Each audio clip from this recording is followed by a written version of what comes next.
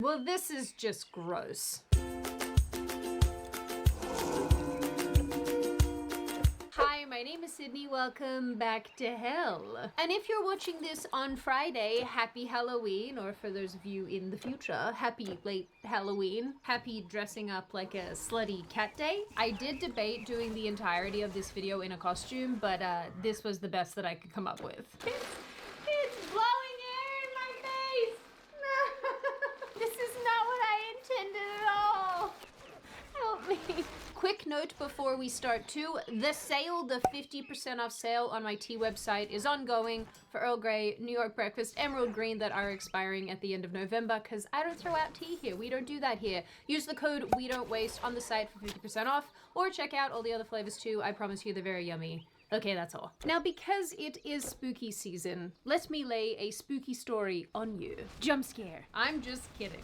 But not really. So it turns out our favorite gauche TikToker, Lily Tino, has made a triumphant return to the internet after, only a few months ago, making a big song and dance about taking a break. Let's be real here, anytime an internet personality says that they're taking a break, you know that they're gonna be back in about a month. The addiction to all of that attention is just too tasty. Sorry. That was gross. Now, one would think during this time away, during this period of not posting, Tino would have actually reflected and decided to make some change. But no! This weirdo has instead come back with a vengeance, and the content that is being churned out here is the same level of creepiness that we have come to know and expect. Ah! I'm sorry.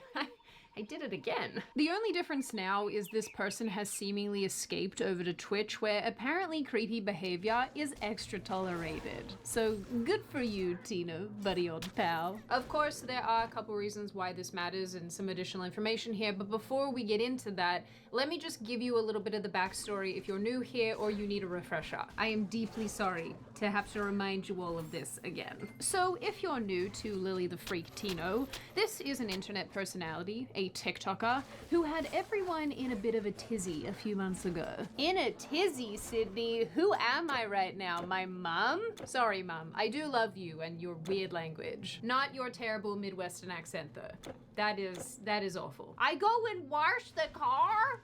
There's no R in the word wash. None at all. You freaking Midwesterners with your funny accents. Lily Tino is a trans-identified male, a former man, if you will, who has become very infamous online for a host of things, including but not limited to posting not safe for work content alongside content for kids. This one still really gets me. It's mamming people out in public when they use the wrong pronouns, particularly waitstaff at restaurants to whom Lily is incredibly rude, begging for money online to pay for the meals out, as Tino is a self-styled food critic, harassing tired and underpaid waiters and waitresses. A Lily Tino pastime. But the thing that got our noodle-haired friend into the most amount of trouble recently was going into many women's bathrooms at Disney World in Florida and taking photos with women in the background. This is a no-no. As a result of that, the internet went absolutely apoplectic, calling this person for absolutely everything. This is to the extent that other trans people were like, wait a minute, who are you? As many of you know, and those of you who are new to this are probably expecting at this point, this was not even the first time that Tino had come under fire for doing weird crap at Disney. There is something so weird about Disney adults. At the California park, Disneyland, the internet erupted because Tino made a video that discussed graphic gender reassignment surgery and illustrated this point using food, which Tino does quite regularly. I have said it before, and I am going to say it again. Nobody, and I mean nobody, wants to know about your marshmallow wand, guy.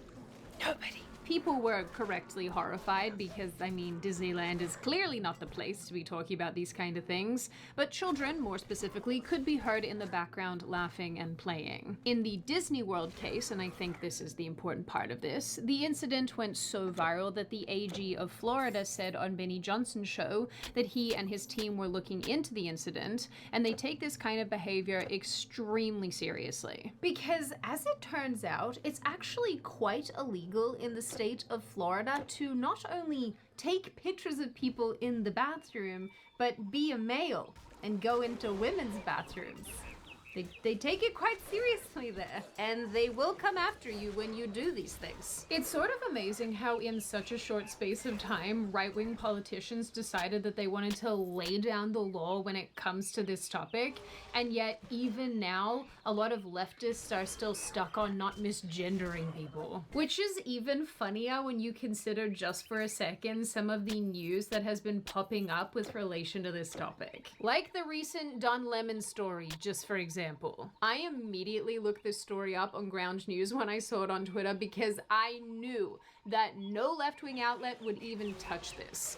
Don Lemon said that Megyn Kelly is not hot and looks trans. And as I predicted, because this does not remotely fit the leftist narrative, not a single leftist outlet has covered it, making it a huge blind spot for liberal readers. And if they had Ground News and used it, like you all should do, they'd be able to see this sort of story as well and break out of their echo chamber using Ground News's blind spot feature. But as you all know, I have used Ground News for literally years at this point. Ground News can also show us how different outlets cover the same or different stories. Let's keep with the transgender theme here and look at this recent story about a transgender powerlifter who basically had a court rule in favor of this person very recently.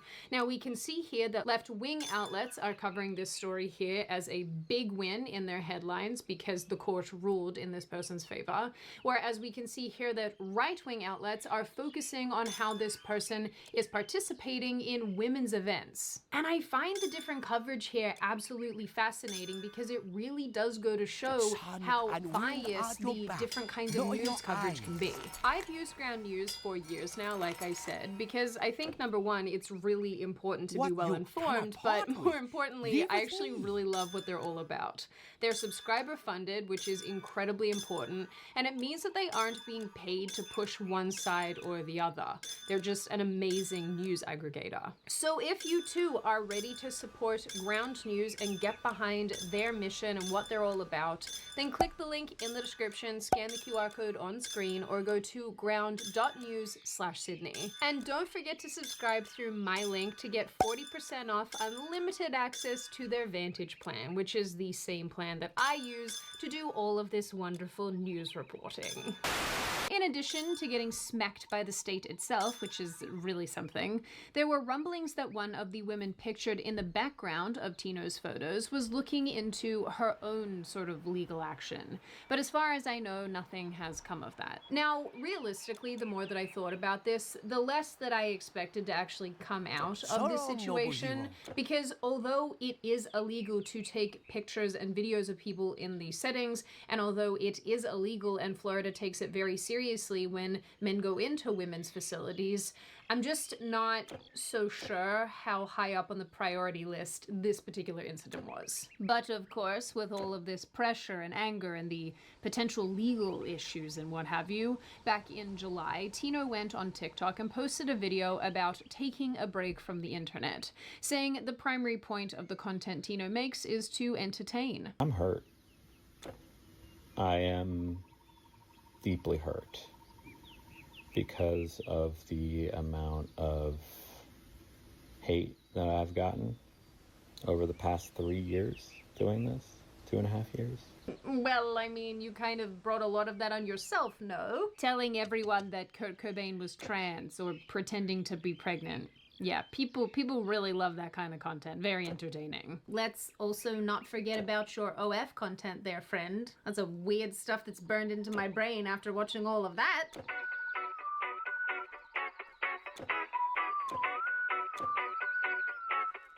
This is a pathology that I don't have time to get into. The video was a lot of this, talking about being hurt, how that hurt has really impacted the content that Tino makes. Basically, this is a person positioning their existence as one of victimhood, which is incredibly annoying because guess what there, friend? You are not the victim here. The way that my hurt has taken over my content in some ways. So, thank you for all the support, and I'll see you somewhere down the road. Now, the response to this was about what you'd expect. A bunch of people got in the comments and were like, "Be gone, vile person."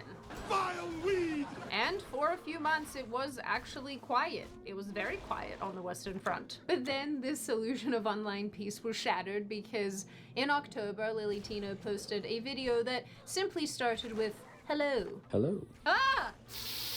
Well, now there's spray everywhere. Damn you, Lily Tino. Here, have some ASMR while I clean this. But while I was gone, I did some reflecting on the way that I've been approaching things and figured something out.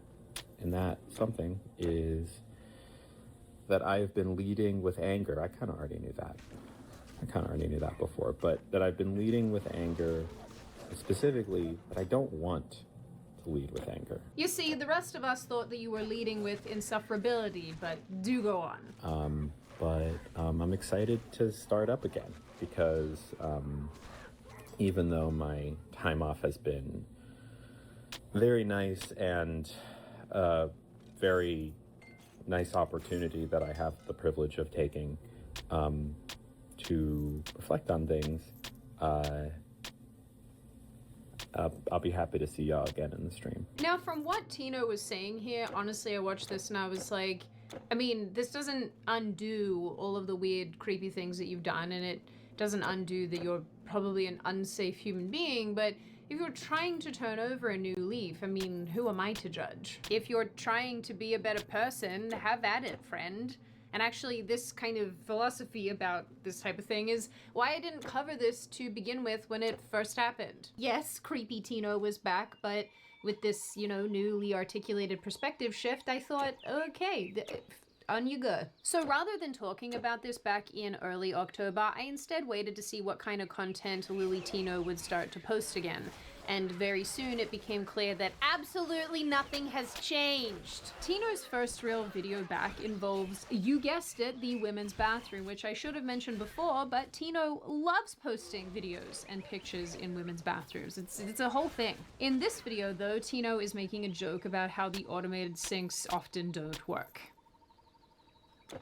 I vehemently dislike you. It's like, of course, the first real video that you post after your break has to do with bathrooms. The very thing that got you chased off the internet in the first place. I am tired. The next video was about having to inject oneself with estrogen. In this 5-minute long video, Tino addresses having a low voice and says in spite of this, he does take estrogen. To do what exactly? What feminization exactly is this estrogen doing for you? What is it doing? Also, what the hell is this photo in the background, dude? Like, is this some weird dog kink cosplay? Why is this hanging in your house? Even if I wanted to give this guy the benefit of the doubt, I can't, because every new thing he does confirms for me that he is a freak. Perhaps the weirdest video that Lily Tino has posted since coming back to the internet was one that seems, once again, directed at children.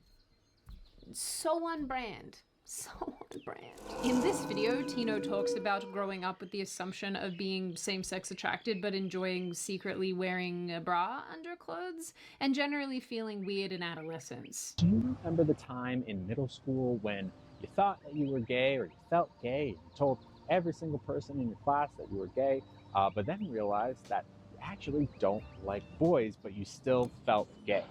Yeah. And you know how you always feel like if you wore a bra under your clothes, you might feel really good? And how every day you wake up pretending to be someone you're not, and it's confusing because is everyone else feeling like this? Are they pretending too? And you're confused and you're lonely. And the big question that's haunting you for your entire life, like, why am I like this? Is there something wrong with me?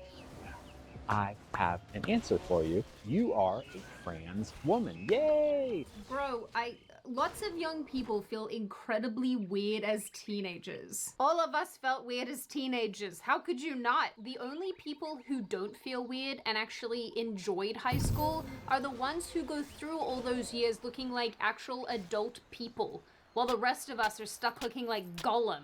Oh no, don't react like that. It's actually a good thing. And I know you don't even really understand what it means to be trans because nobody freaking told you, but you are going to get a head start on that transition. You're going to start that laser hair removal. You're going to start those hormones, and you are going to be so freaking happy. A bunch of the comments on this were like, who exactly are you talking to here? Like, why are you talking as if this is directed at kids? Because Lily Tino is talking to kids, Simon.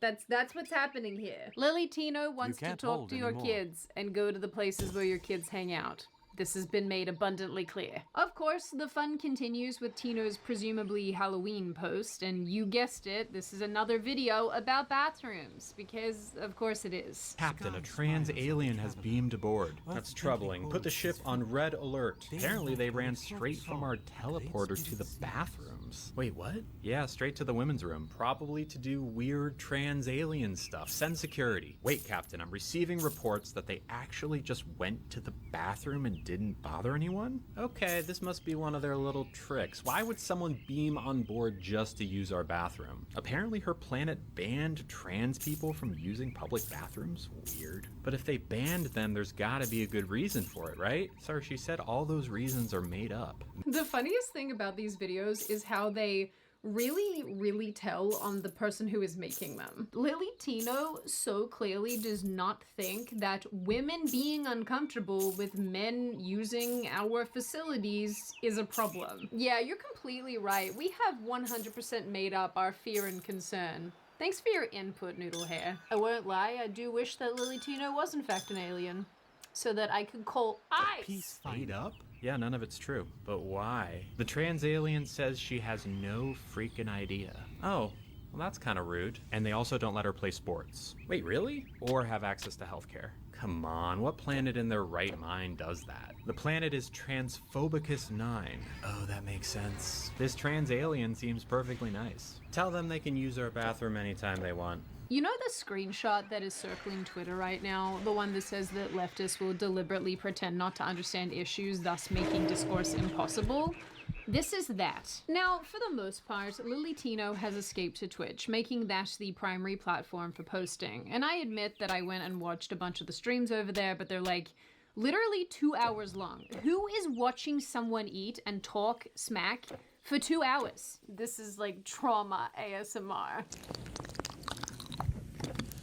Ugh. One of the biggest things that infuriates me about this whole Lily Tino thing is that this person continues to have an audience, and it's probably mostly women. Lily Tino has obviously learned absolutely nothing, continues to have an audience who don't care about any of this behavior, and on a long enough timeline, this is an individual who's just going to go back to the same content that they've been making this entire time, making women out in the world uncomfortable, being weird towards kids. It's like, it really is Groundhog Day, if we're being real. Not only that, and I didn't include this in the other videos that I made about Lily Tino because there's a lot here, and there's a lot that I need to go through and verify, but before all of the weird Disney stuff and the it's mamming the rest of the population, Lily Tino seems to have spent actual time inside classrooms with kids, which makes me raise all of my eyebrows all at once. Not as a visitor or a substitute popping in for the day,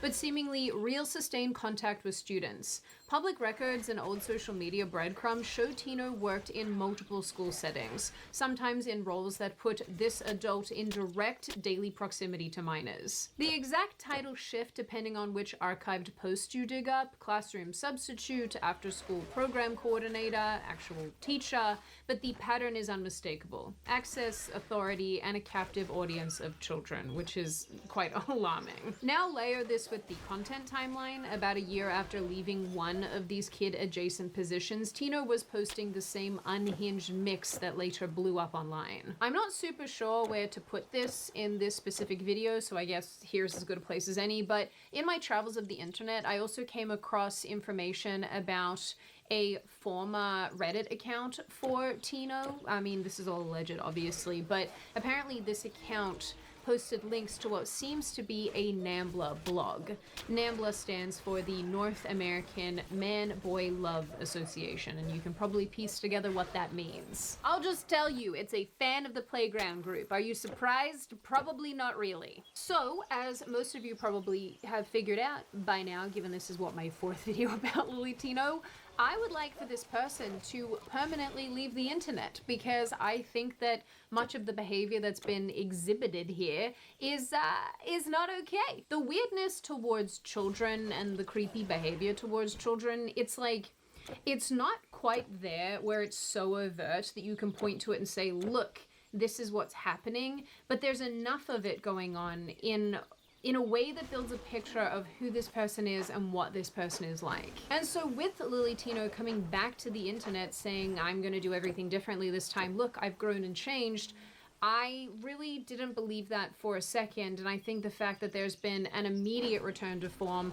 really demonstrates that this is a person incapable of shifting and incapable of making normal content. There's so much more to say about Lily Tino, and I'm sure that this will not be the last video that I make about this individual, but for the time being, I am positive that we can expect more creepy content, more weird bathroom behavior, and I'm sure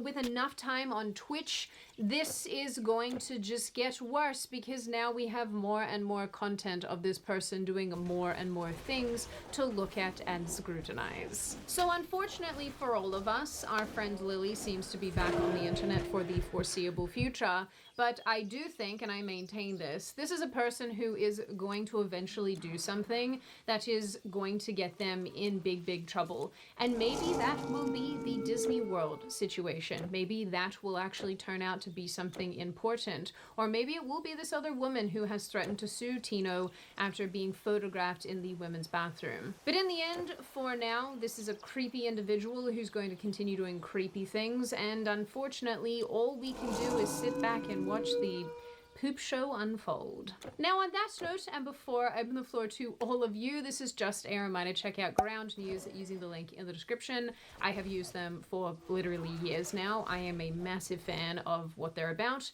and so if this is something that you care about, you want to have better informed opinions about the news, absolutely check them out. Now I open the floor to all of you. What do you all think? Are you on my side of this issue where you just wish that Lily Tino would have stayed away and not come back to the internet? Do you think it's a good thing that this person is back and making content and giving us all these opinions that we now know and love? What do you think of the really bizarre, weird bathroom videos? Do you think that it's very on brand for Lily Tino to come back and immediately make this sort of content? Do you think that we're all just really misunderstanding who this individual is, and they have good intentions with what they're trying to do? What do you make of the escape to Twitch? Do you think that's a good thing? Do you think it's a bad thing? What do you think of the information I kind of just dropped there at the end on all of you about the Nambla stuff and what have you? Does that surprise you to hear? And what do you generally make of this issue overall? As always, if you have made it this far in the video, congratulations. I always like having you along for the full ride. If you are new here and you're not subscribed already and you would like to see more of me and more of this kind of content, feel free to subscribe to the channel, as well as leaving this video a like and a comment, because I do read the majority of them and I like hearing your feedback. As I always say, I hope you little potato noodle magoos stay safe and well and make good choices, and I will see your wonderful little Halloween faces in the next video.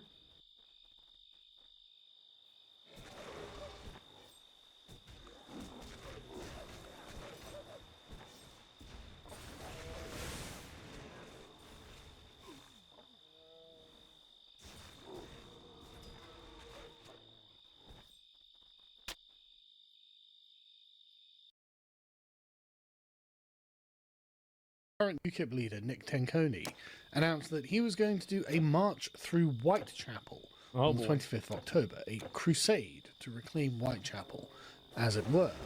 And this was met with quite a lot of aggression, and what I think has been really useful about this is it's genuinely showing us they're going back to it, what it is that actually lurks in this country.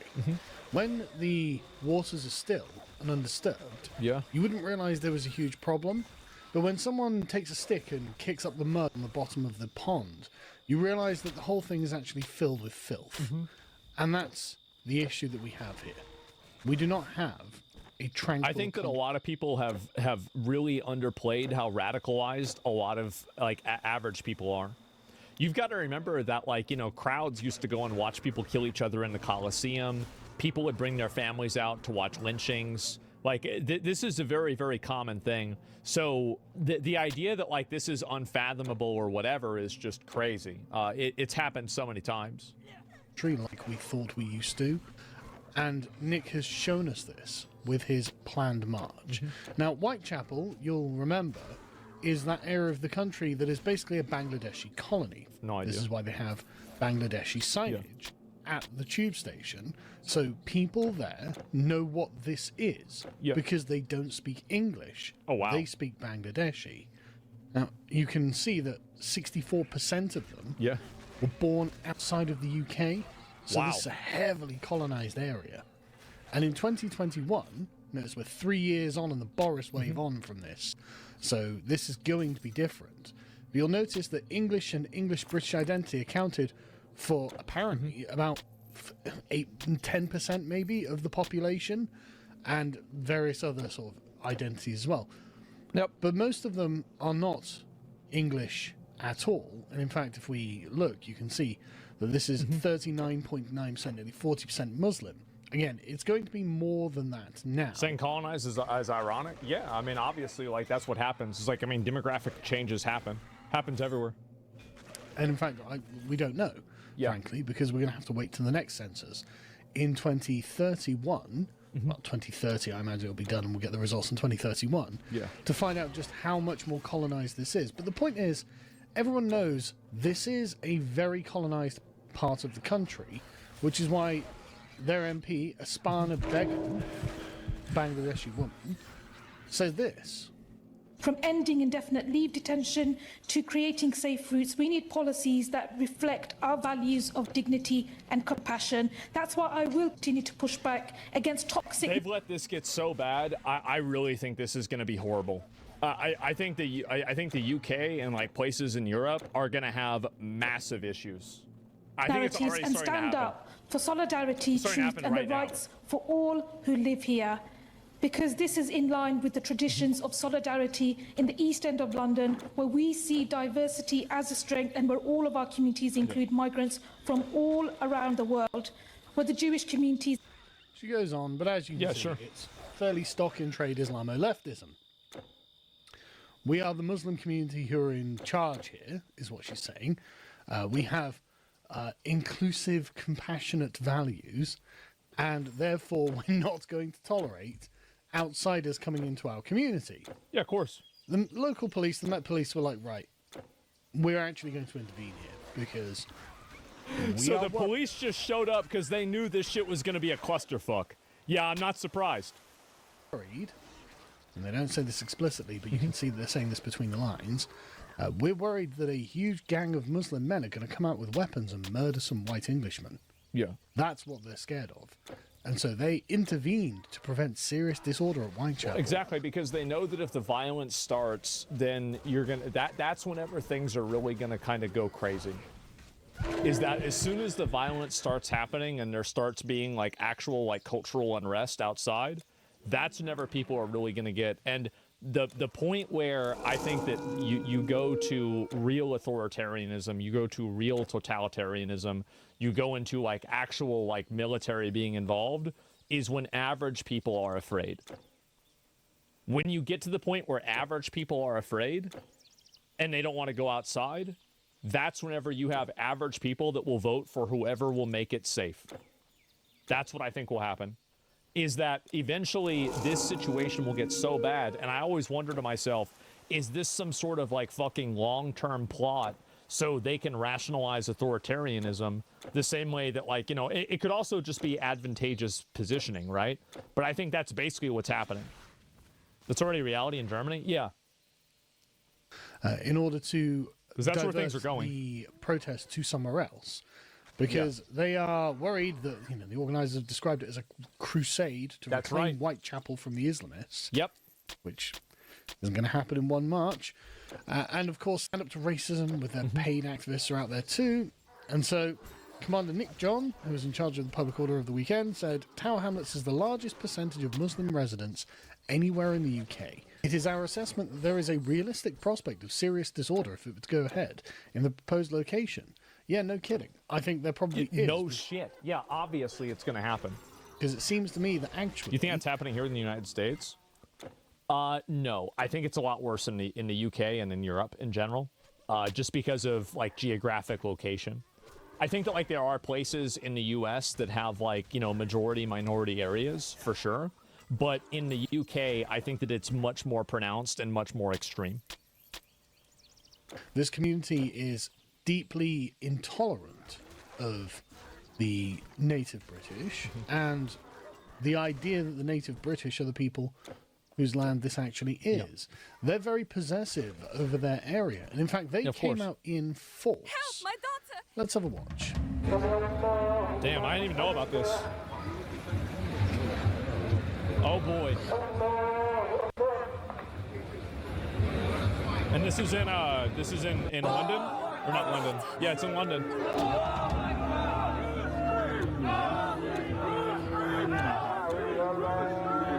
Man. Paris also? Yeah, I've heard about that. So I think masked, black-clad Muslim men chanting Allahu Akbar, whose streets, our streets, is actually a really useful thing to get, frankly, media of and pictures of, to put on the internet to make sure that people can share it around, because this is something that they love to respond to, frankly. The Muslim Defense Force, or the Muslim Defense League, sorry, love to get out there like they did after the murder of the 3 young girls by Axel Rudikabana. This is something we're going to see more of in the future. In the colonized areas, they're going to keep taking to the streets, and they've got kind of a uniform. I mean, they're dressed in black. Yeah, I think that's the issue, right? Is that as long as it gets, once it gets bad enough, I think that people will want the government, or people will vote for the government to intervene. And I'll move my camera if they play more videos, okay? I didn't realize it was in the way. All dressed in black. They're wearing their face masks, they're wearing head coverings. Pretty obvious, right? They know that they don't want to be spotted. Yeah. They know that if the CCTV everywhere, so you want to keep your face covered just in case you happen to do something and you don't want You're not to get supposed in to do it. Yeah. for it. So, like I said, having Nick propose this and making these people turn up on the streets, this is actually a really good thing. And you should send these links to the people that you know.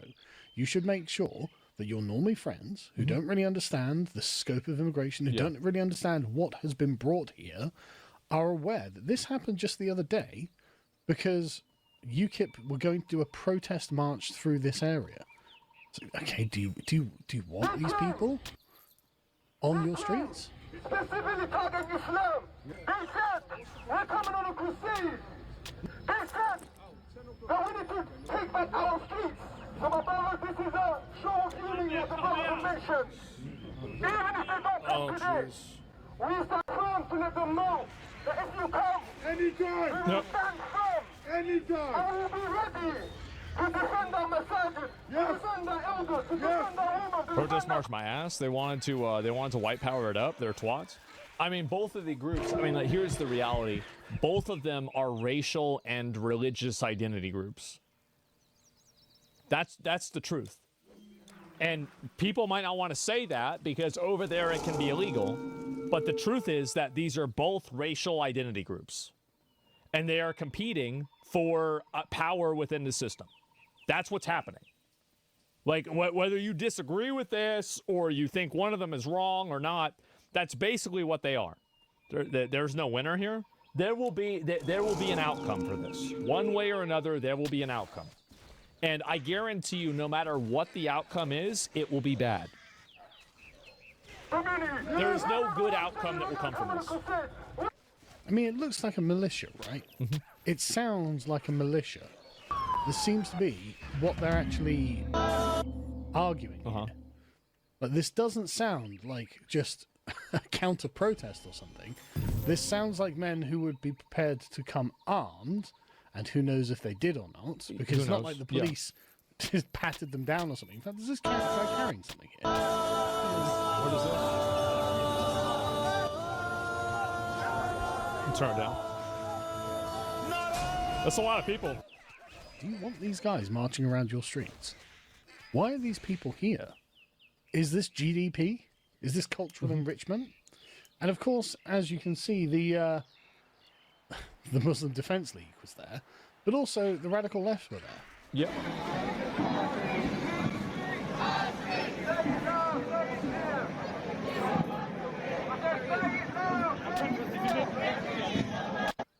Now, while they're chanting refugees are welcome here, I can't help but notice there's a kind of informal segregation here, right? It is funny how this shit happens, isn't it?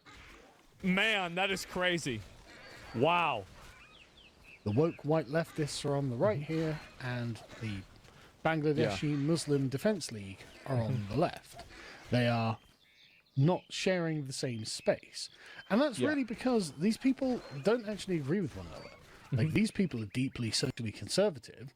These people are radical liberals. That's what I've always found to be odd about this, is that, you know, a lot of the, like, especially, like, a lot of Islam, at least to my understanding, is very socially conservative.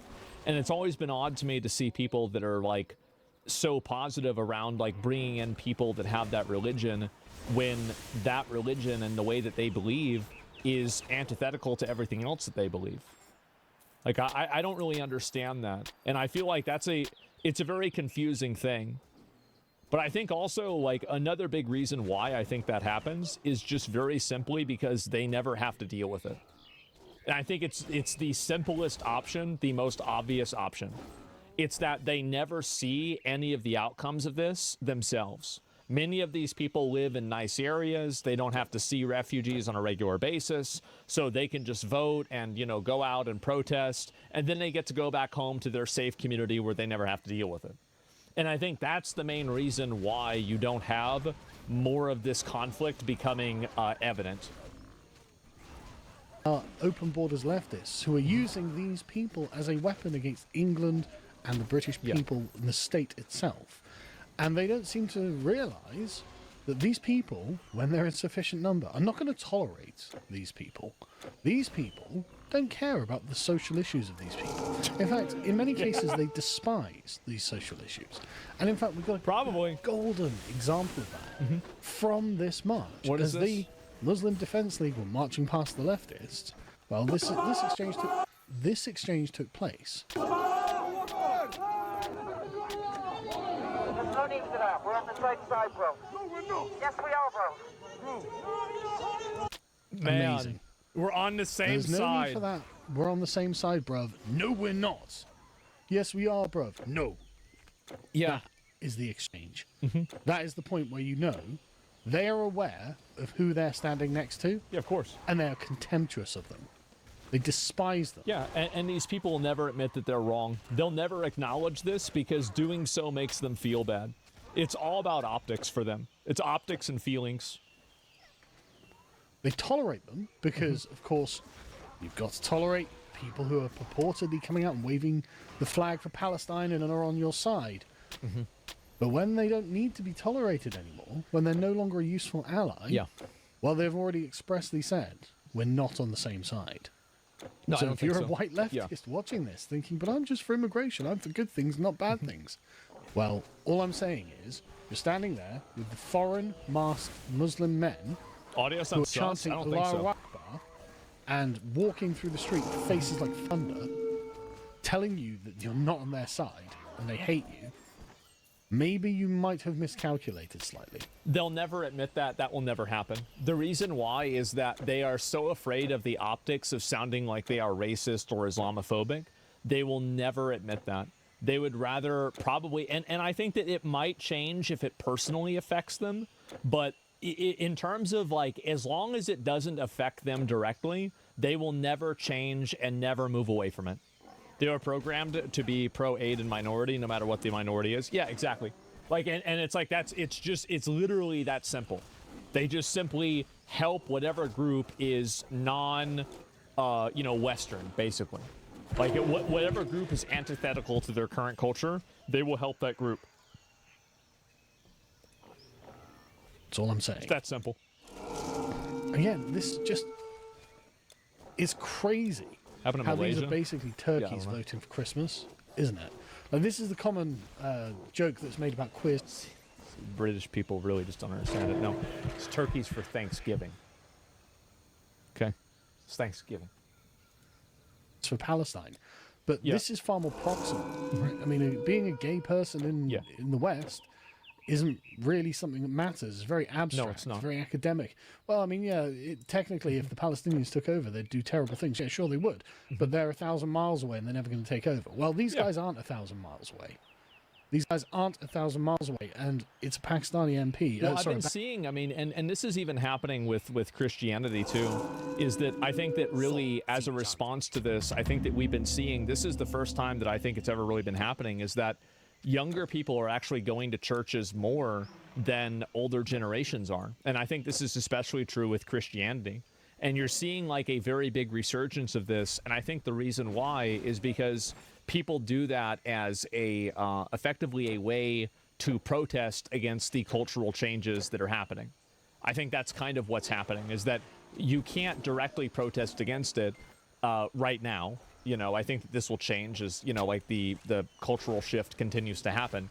But right now, I think that one of the ways that people do that is that they go back to the religion that their culture used to have. And I think this is also, it's also true with Muslims and Arabs in what do you call it, in Western countries too. I think that's the reason why a lot of them that are extremists are second generation, is because they turn to that instead. And so it's not like this is a unique thing to Christianity. I think that whenever a person feels alienated from their own culture and they feel alienated from their own space, they will turn to those more traditional means. And I think that that's why you've seen such a massive resurgence of religion. You see this with Islam, but I think that you also see it with the counter to it with Christianity as well. And the one thing that I find interesting about this is that the one thing that I think Islam and Christianity, a lot of them agree with, right, at least especially the extremist ones, is that they are very anti-LGBT. Very, very, very much so. Now, I'm not saying every single one, but like on an average, I mean, let's be real, guys. Bangladeshi MP, who is the MP of this area. And they're the ones who are now the majority. They go back to familiarity? Yeah. Not the majority, but the largest ethnic group. And they have a Muslim militia that can take to the streets. So, do you feel that the proximity is perhaps a little bit closer? Just a question. So anyway, the police intervened and they said to Nick, listen, these guys are probably going to come armed. They're probably going to kill you. And so you've got to move. And so they were rerouted to Knightsbridge. Now, Knightsbridge is 2/3 white. So it's a third English and a third... Yeah, they know. I mean, this is like... And this is another problem, is that a lot of people don't address this, what this really is. I mean, this is a ethnic and religious conflict. And I think that a lot of people who are like Westerners, and I think that a lot of people in general don't want to categorize it that way because that's seen as like a bad thing. And you can say that's a bad thing, but I think that's absolutely what's happening. I think that there's absolutely a massive racial and ethnic component to this.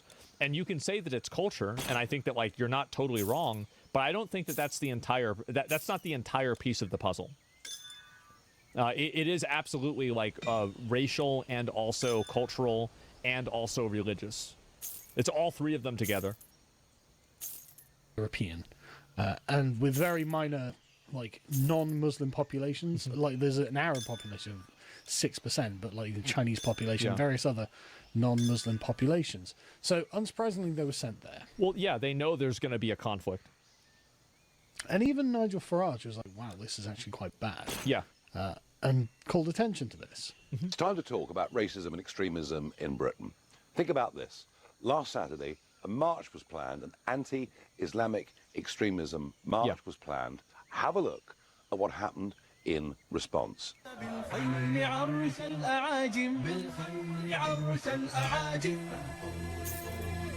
Here we see large numbers of men, mostly young men, all men, no women, wearing a black style uniform, many with face masks, marching almost like an army, aggressively through the streets of East London. Interesting how, I mean, he didn't name Nick or UKIP, but he also didn't mischaracterize them. He also charitably characterized them as an anti-Islamic extremist march, which Nick Tenconi has described his march as. Yeah, of course. Even Nigel Farage is like, wow, okay, this is quite bad, and actually this is a real issue. Like, we were having conversations about integration only the other day. What happened to those conversations in the face of all this? Are we still talking about integration? Are we still talking about these people being British? Well, I think the problem is that there's like such a huge spectrum of it. And also, like, I think that really what happens is that because so many of these people have probably been added into the culture at the same time, it's happened so fast that they haven't really assimilated properly. And that's probably what's happened, is that all of these people have never really, like, for example, like, assimilated back into the general culture of the area. And they just kind of stay inside of their own unique removed group. And I think that basically they have created this problem themselves. They have created this problem. They never wanted to. Yeah, but they probably would have had to if it had happened more slowly, right? But if they're able to stay within their own community and never learn the language there and just get off benefits or something like that, you're going to have some problems. But yeah, no, you're definitely right that many of them don't want to assimilate. I mean, sure, of course that's true. I mean, we know they're not. We know they're Bangladeshis. We know that 64% of them were born overseas. They don't want to assimilate We at know all. that this is a heavily colonized area. What happened to that conversation about integration? What happened to that conversation about them being British, being like us? No, I mean, you've got to put up foreign signage because this is a place that is not the same anymore, right? This is a place that has changed. I don't think that you're going to be able to have and we'll see if this is true or not. I don't think you're going to be able to have two religious extremist groups being able to coexist. I don't think it's going to happen. I don't know any place in the world where it does happen. Like, just I'm trying to think in my mind, like, where does this happen? And there's like actual religious extremist groups that want to make laws according to their religion where they're coexisting. I don't think so. And this is going to be something that unfortunately we have to deal with. So we've got to ask ourselves, is this what we want the future of Britain to be? Yeah, I can see this getting worse and worse. I didn't even know about this march, but the fact that they knew this march was going to be such a massive crash out and they tried to stop it before it even happened, I think that really says a lot right there just by itself. And I don't know really how bad this is going to get, but I do think that it will continue getting worse and worse and worse over time until people just become more radicalized and more extreme. And from video games to Republican, you don't live in poverty, don't speak for people in poverty. Republican, this is, what is this here? This is some other random person. Let me read this comment. Let me link the video real quick. What about this is don't speak for people in poverty? Republican, what about this has anything to do with it? So shoot police are doing something wrong, right? It should be fine. Like, what do you mean by this? Bro is on food stamps? No, I'm just curious what he's saying, right? He's getting, guys, a waste of your time. Well, I'll let him make one more response and then we'll probably move on, okay? There's the video. Make sure to give it a like. And title is, I see dark tidings ahead. I think that's exactly what's going to happen.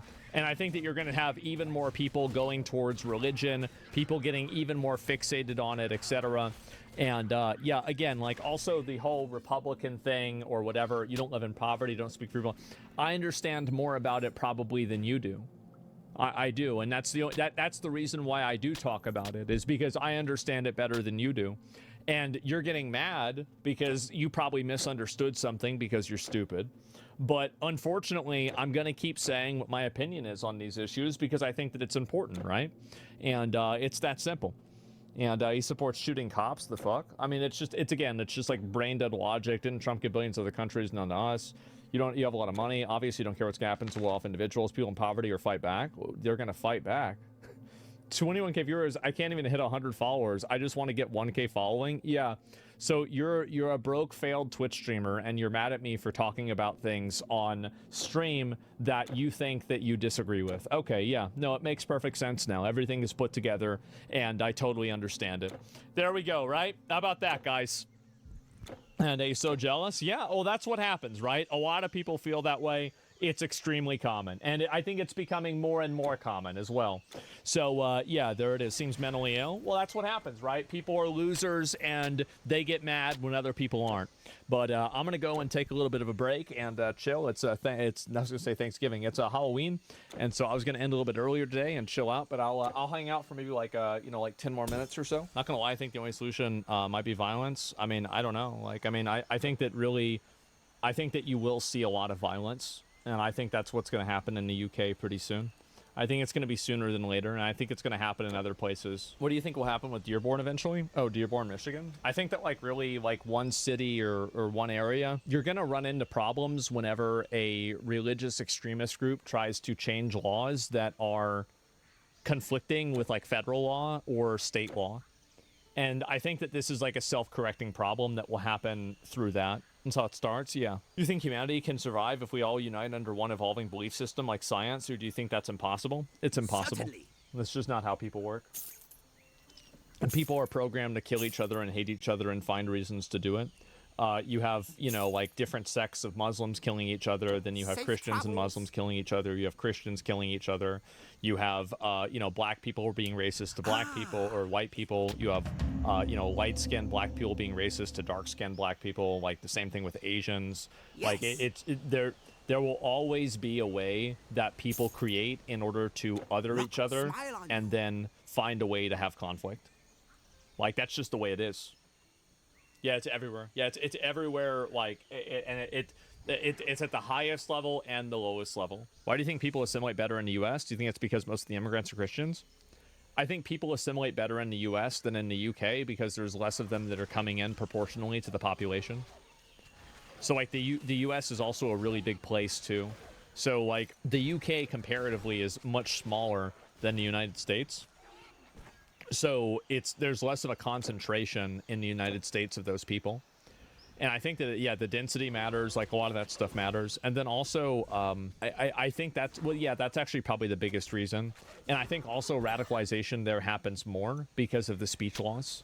Ironically, I think that like the hate speech laws actually end up radicalizing more people than they prevent radicalizing. The sad part about it is some British people are going to see the writing on the wall in the nation. They're going to immigrate to America.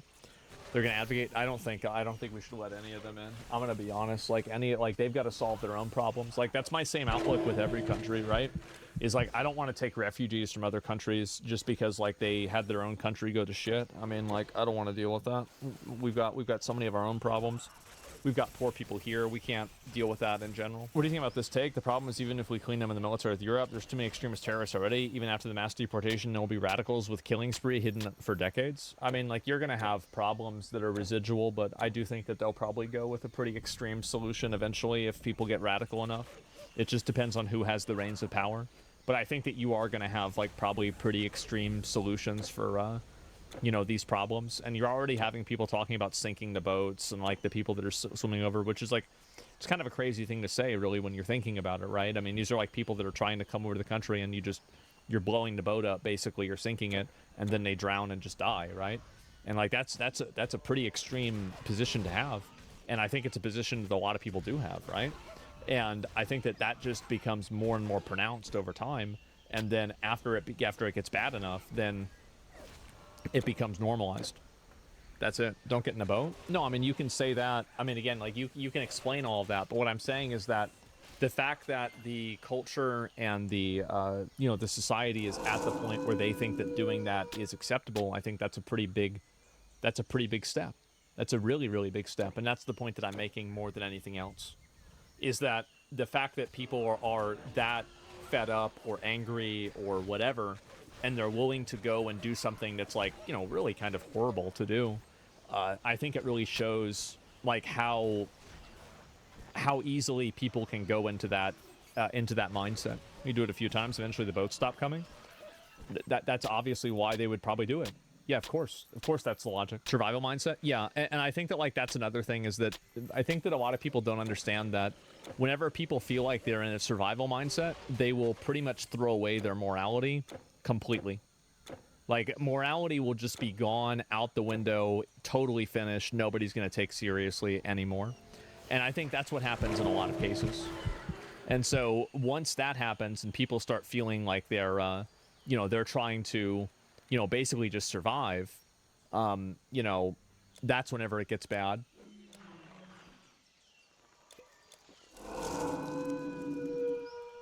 Come.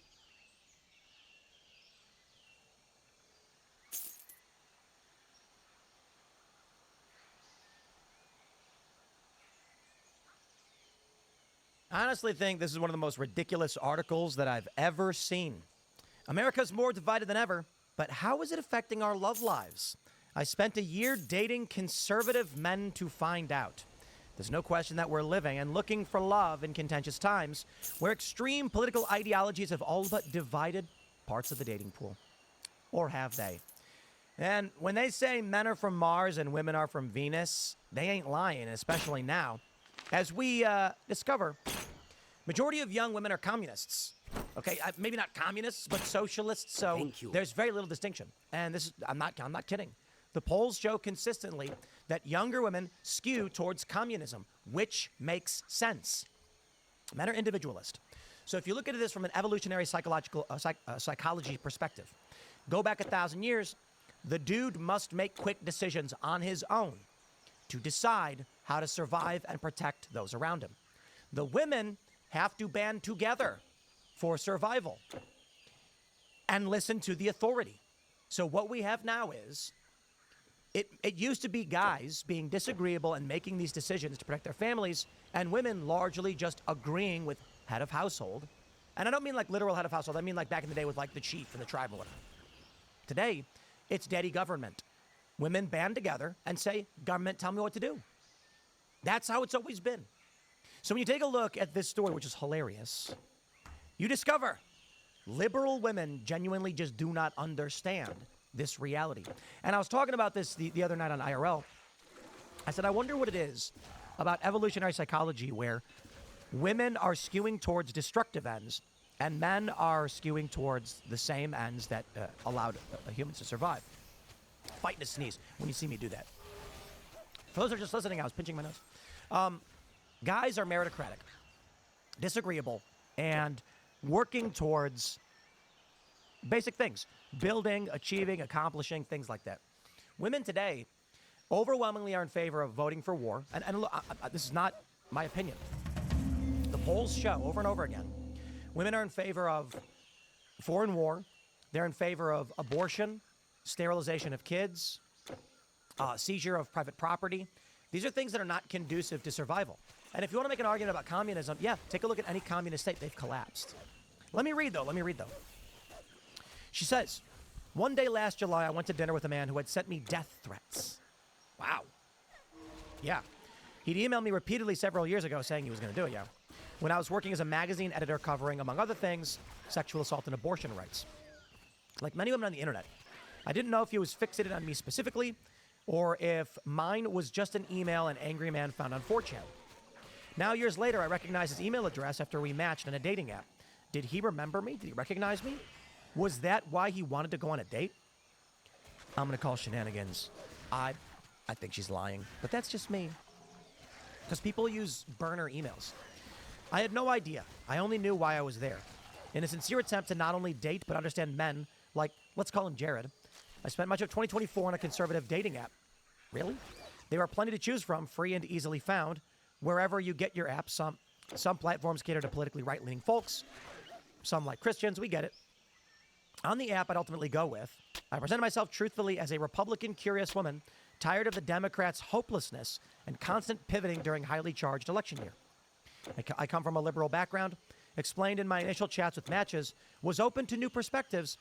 I used Veronica as my app name, listed my actual age, 34, uploaded a few real photos, then worked through the provided prompts. I answered ones asking what I love about America, but skipped fill in the blanks about my thoughts on January 6th. Just from May to November, I would match with a total of 60 men across a wide conservative spectrum.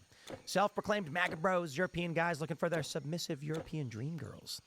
White supremacists, conspiracy theorists, although most identified in some way with the alt-right. That's a lie. She's making that up.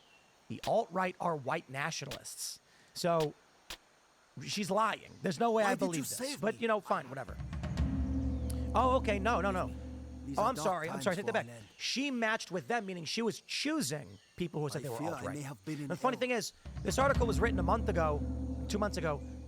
Nobody says alt-right anymore. What are you talking about? It says I'd scour profiles in an effort to figure out where these men were coming from, why they seemed to oppose the things I'd previously spent a career fighting for: women's rights, social justice, reproductive freedoms, LGBTQIA equality. I tried to imagine that maybe we weren't so different. Maybe there were some chaotic internet age misunderstanding at play. And maybe I could answer the next big question, blah, blah, blah. We get it. All in all, I'd see 14 of my matches in person and go on a total of 26 dates. Wow. Some more than once. She says, with Jared, the night was perfect. High 20s. High 20s? Light breeze. Lady. For real? Yeah. Hostess led me to the outdoor patio of a New York City restaurant, gesturing to a tall man in his mid-30s wearing a black baseball hat. Initially, Jared seemed soft-spoken, shy, not like the kind of person who'd issue death threats.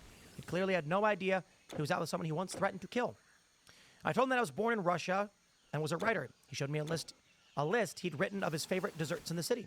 It was a sober hobby he stated during the pandemic, going to restaurants by himself, sampling sweets. He made a lot of lists. Lists of lies liberal white women tell about Donald Trump, he replied. What?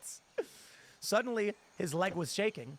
He grabbed the edge of the table and raised his voice. White liberal women are a plague on our society. Oh my God. He proceeded to drink 11 iced coffees. Yo, lady, that's amazing. Something about getting ready to go on these dates made me feel like I was 18 again. Except now I had the ability to run professional level background checks. She said I came up with a routine, enlisted a friend as a former Navy SEAL. Oh, geez, come on, lady. Nothing's gonna happen to you from these dudes on a dating app. She says before swiping right, I sorted through bios that included guys comparing the violence of J6 to how violent they are in bed, and phrasing that stated they believed in 2 genders only. Okay. Many profiles I read included the word pure blood to signal someone that wasn't vaccinated, usually against COVID-19, but typically only COVID-19. One man who loves Tucker Carlson, wrote that dating someone who agrees with him politically is more important than ever. I came across 4 different profiles mentioning a hatred of women with pink hair. Now, I will say, it is strange to base your identity around all of that, to be completely honest. She says, the more I messaged with the profiles I read, the more I saw the term anti-feminism. Indeed, lady, indeed. What was it exactly that made this current group of men reject these ideas, and by proxy, even the notion of being with someone me so aggressively? So she goes on to mention one guy. He says, I'm not that religious, but I want my future wife to teach our kids biblical values. Here's the interesting thing about this. She goes on to mention, look at this. I asked him about the term biblical patriarchy, a popular term online, and women who call themselves anti-feminist because they're returning to biblical womanhood. Wives, submit yourselves to your own husbands as you do the Lord, Tom recited. For the husband is the head of the wife as Christ is the head of the church. This is Ephesians 5:22-24, which I'd seen cited on TikTok blogs, podcasts by Christian nationalists, trad wives, etc. I asked Tom what he thought that was. He said, women should be submissive to their husbands. He said, and some people believe they should be trained. It's about knowing your role in nature. It's undesirable for women to be too independent. As a man, I want to take care of you. And I believe in that biology. The liberal men I've dated emasculate men with their aggressive energy. I saw a story. A woman got a nose job. And then she divorced her husband. Funny, right? Everybody's saying, no, you misunderstand the story. They were unhappy already. They were in a bad marriage. And I'm like, yeah, I don't care. I don't care. I say death before dishonor. When you swear an oath, when you say, till death do us part, that oath is not just to your wife, to you, your spouse, whatever. It's to God. That vow is to the arbiter of existence and the Logos. You have sworn an oath. Oath breakers be damned. There's nothing I despise more than the betrayers and the mutineers. Oh, she goes on to mention, okay, sure, I voted, blah, blah, blah. Jared's eyes became erratic, completely different from the eyes of the man I'd sat down with at the beginning of the night. If we lived in a different time, we would be hanging, we would be hanging white liberal witches in the town square and dragging them through the streets for the lies they spread, he roared. My immediate reaction was an attempt to de-escalate the situation. Let's take a deep breath, I suggested. My guy. This is not how you convince women. Let's take a deep breath. I suggested. I took one, then he took one, and we repeated it. He reset later, though. When I had my hand on the table, he grabbed my wrist and started ranting again about how liberal white women created witch hunts. They say horrible things about me. and make everyone hate me and think I'm a bad person, he said. He was staring at a point in the distance, speaking like he was some kind of trance. What did they say about you? He snapped out of it. Oh, not me. I meant Donald Trump. I don't believe this for a minute. I don't believe any of this. I mean, to be fair, like, maybe if she's sorting for these guys in a dating app, you're going to bump into this stuff. She says you met Brian. She wore a long black ribbed dress, the most conservative option she could think of. Counting 13 people and 2 exits. Yo, these ladies are nuts. It's funny because when she points out these guys, I'm sitting here being like, yeah, that guy's pretty crazy. Lady, so are you. You are the other side of his coin. Dude, like, normal people don't do these things. All right. She says, Brian's hand on my lower back. I love that you dressed up for me, he said. I asked him if he considered himself a romantic. He countered by saying, if romance was important to me, yes. I live my life in a way that makes me feel like I'm romancing myself. I do whatever makes me fall in love with myself and the world. I've never heard that before, he said. That's not something not something oh, she said that. You don't think you deserve it, I asked? Men deserve to be romanced. He wouldn't know where to start with something like that. This is ridiculous. Women, here we go. He responded with the now familiar and anti-feminist rhetoric emphasizing natural feminine roles. Lady, men don't romance. Like, they romance you. Men don't need to be romanced. Some maybe. Guys eat dirt and work their hands to the bone. Men and women, they are very different. A real man provides discipline, and any talking back or acting out is asking for punishment, he said. Okay, but what else besides obedience does the real man need to feel loved? The feminists convinced women to be dominant. Where's the love in taking away a man's masculinity? Love isn't always in the cards when people don't know their roles. I'm trying to make enough money to support a family, which means I need someone who can be home and take care of everything there. Correct. I'm not saying women have to do that. I'm saying what most guys are looking for is, the guy says, I am going to go out and grind my fingers to the bone. I don't need another man in the relationship. I need a woman who is the other side, who's going to do the things I cannot do. But hey, man, I got to tell you, women are communists. Choice, no. Oh, she said yes. No choice. And ultimately, she meets a guy who says something similar, and then she winds up ending the story without really saying much at all. On our last date, we were walking through a park. That's why I can't stand writers and journalists, okay?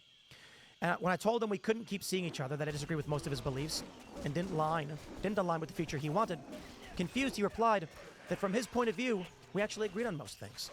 No, I said we didn't, which he would know if he asked me any questions about myself.